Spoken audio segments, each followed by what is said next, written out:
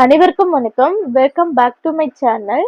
இன்னைக்கு இந்த பதிவுல எதை பத்தி தெரிஞ்சுக்க போறோம்னா, இந்த ஒரு ஆனி பௌர்ணமி நாள்ல செல்வ வளம் உயர இப்படி வழிபட்டாலே போதும்.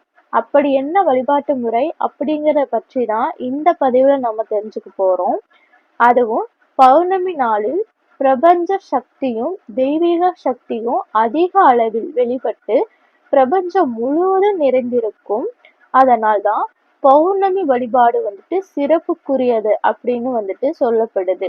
அதிலும் குறிப்பா சித்திரை, தை, கார்த்திகை உள்ளிட்ட குறிப்பிட்ட சில மாதங்களில் வரும் பௌர்ணமி கூடுதல் சிறப்புடையதாக இன்னுமே சொல்லப்படுது.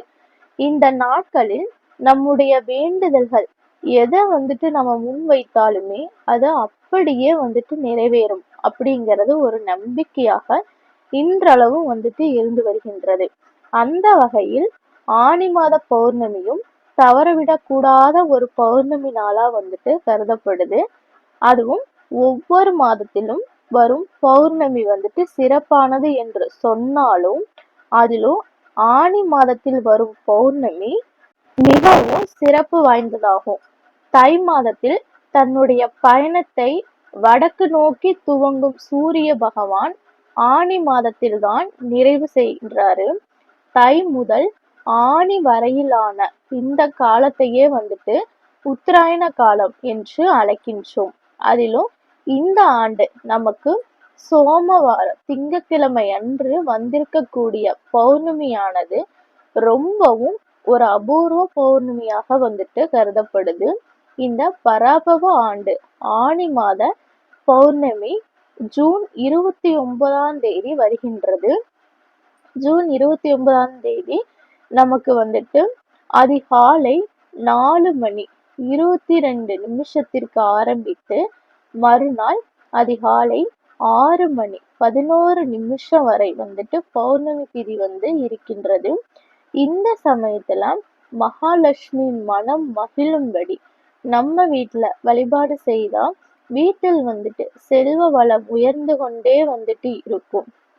இது மிகவும் சக்தி வாய்ந்த வழிபாடு என்பதனால் அனைவரும் செய்வது ரொம்பவுமே சிறப்பு வாய்ந்தது. அது போலவே ஆனி பௌர்ணமி அன்று காலையில எழுந்து வீட்டை நல்லா சுத்தம் செஞ்சுட்டு மகாலட்சுமி தாயாரின் படத்திற்கு மஞ்சள் குங்குமம் பொட்டு இதெல்லாம் வைத்துட்டு பூக்களால அலங்கரிச்சுட்டு வைங்க. பின்பு மகாலட்சுமி தாயாருக்கு பிடித்த, அதுவும் ரொம்பவும் பிடித்த, அவர் விரும்பி வாசம் செய்யும் பொருளான ஏலக்காயில மாலை கட்டி மகாலட்சுமி தாயாரின் படத்திற்கு போடலாம். அதுவும் எத்தனை எண்ணிக்கையில வேண்டுமானாலும் மாலை கட்டி போடலாம். அன்றைய தினம் திங்கட்கிழமை என்பதனால் மாலை நேரத்துல இந்த வழிபாட்டை நாம அணிவிப்பது சிறப்பு.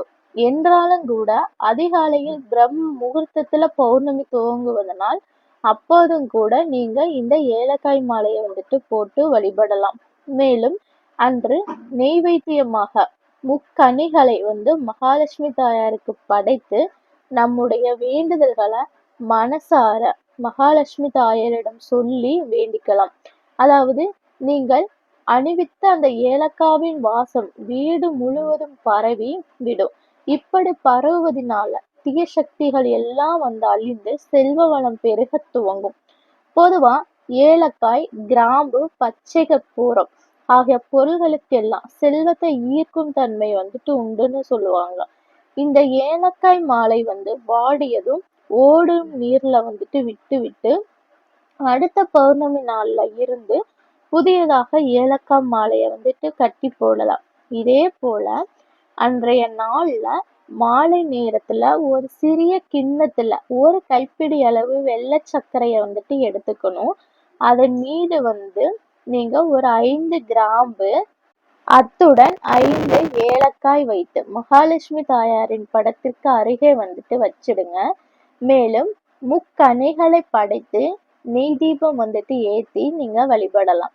அதற்கு அடுத்த மறுநாள் செவ்வாய்க்கிழமை காலையில எழுந்ததும் அந்த ஏலக்காய் கிராம்பை எடுத்து பணம் வைக்கும் இடத்துல நீங்க அதை வச்சுட்டு பிறகு அந்த வெள்ளை சர்க்கரையை வந்துட்டு எடுத்து அருகில் உள்ள கோவில்களுக்கு போயிட்டு அங்க மரத்தடியில இருக்கும் எறும்புகளுக்கு தூவி விடுவதன் மூலமாக நமக்கு எறும்புகளுக்கு உணவளித்த ஒரு புண்ணிய பலன் வந்துட்டு கிடைக்கும். மீண்டும் வேறொரு பதிவில் சந்திக்கும் வரை நன்றி, வணக்கம்.